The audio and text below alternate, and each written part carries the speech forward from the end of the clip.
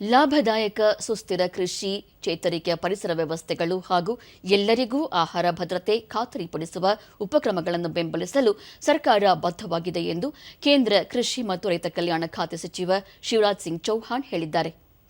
ದೆಹಲಿಯಲ್ಲಿಂದು ಜಾಗತಿಕ ಮಣ್ಣಿನ ಸಮ್ಮೇಳನವನ್ನು ವರ್ಚುವಲ್ ಮೂಲಕ ಉದ್ದೇಶಿಸಿ ಮಾತನಾಡಿದ ಅವರು, ಮಣ್ಣಿನ ಆರೋಗ್ಯ ಈಗ ಜಾಗತಿಕ ಕಾಳಜಿಯಾಗಿದೆ.